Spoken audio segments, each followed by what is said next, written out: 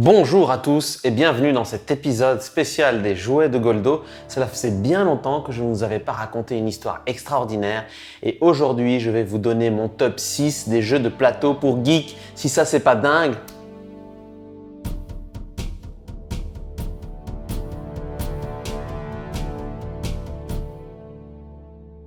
Comme vous le savez peut-être, je vis entre la Belgique et l'Irlande, mais surtout l'Irlande.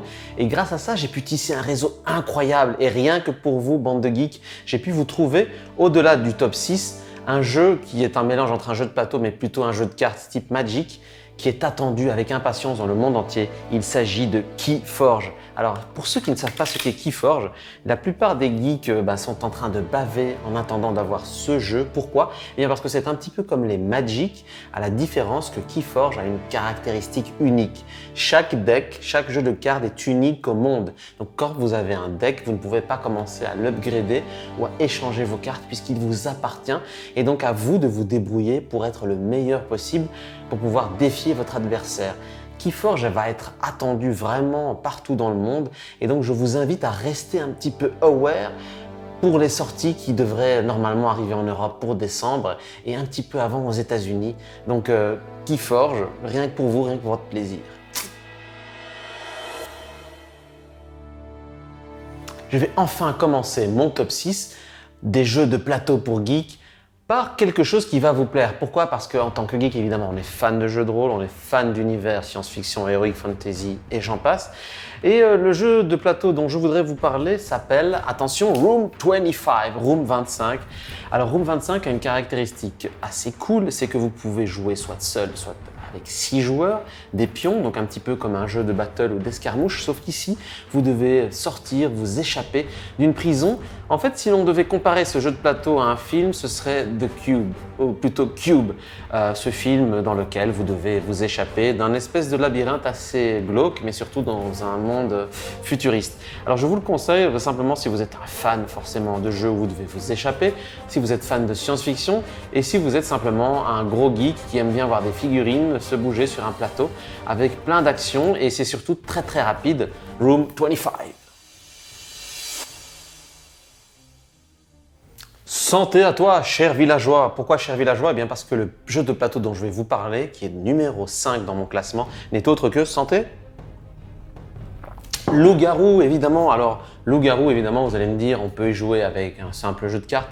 Mais si vous voulez profiter d'une expérience immersive totale, utilisez le jeu réel et complet. Pourquoi? Parce que vous pouvez justement vous rentrer dans un univers type jeu de rôle où on voit un village, où on a beaucoup plus de classes de personnages et donc on peut plus jouer aussi avec une série de règles spécifiques. Donc c'est aussi pour les fans de jeux de plateau qui aiment jouer dans des univers dans lesquels on met du décor, dans lesquels on met du contexte.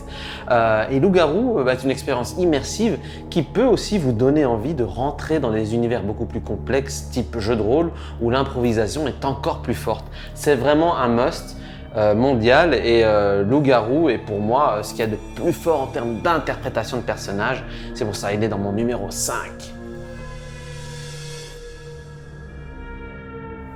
Dans mon numéro 4 des jeux de plateau à avoir lorsqu'on est un geek, je ne pouvais pas passer à côté d'une franchise incroyable, je vous le donne en mille, Star Wars. Avec quel jeu? Star Wars Destiny. Alors ici, ce que je vous présente, c'est le starter de joueurs, mais évidemment, il y a des extensions. Par exemple, ici, l'âme de la rébellion, qui est ce qu'on appelle un booster.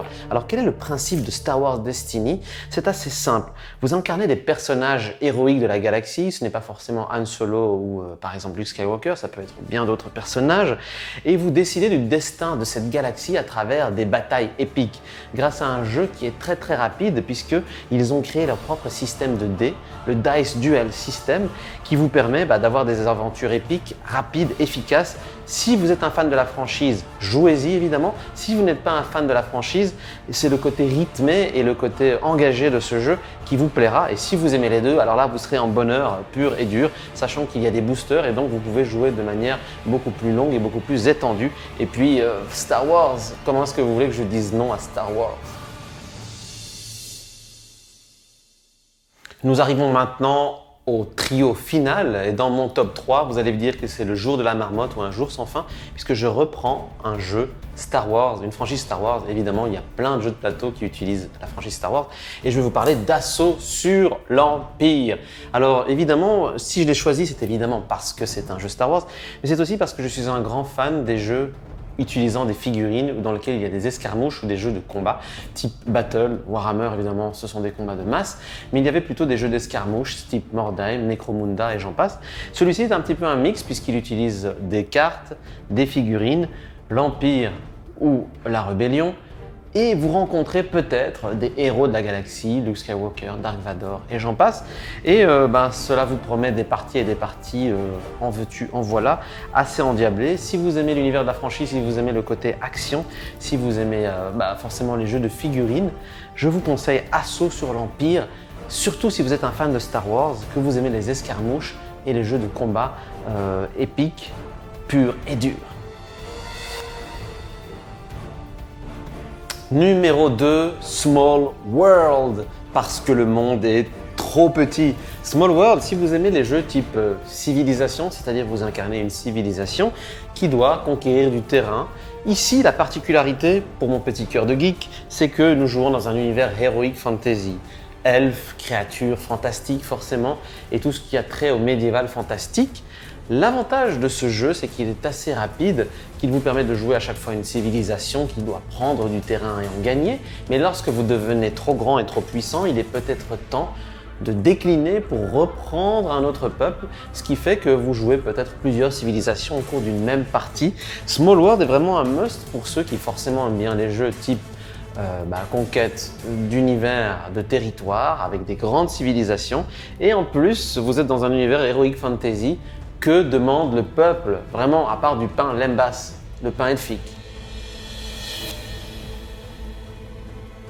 Le numéro 1, merveilleux, unique, fantastique. Qui n'a pas joué à l'œil noir? Qui n'a pas joué à Heroes Quest? Il fallait qu'il ait un arrière-petit-fils qui est Descent, Voyage dans les ténèbres. Alors c'est mon numéro 1. Pourquoi? Évidemment, je suis un grand fan des jeux type Heroes Quest.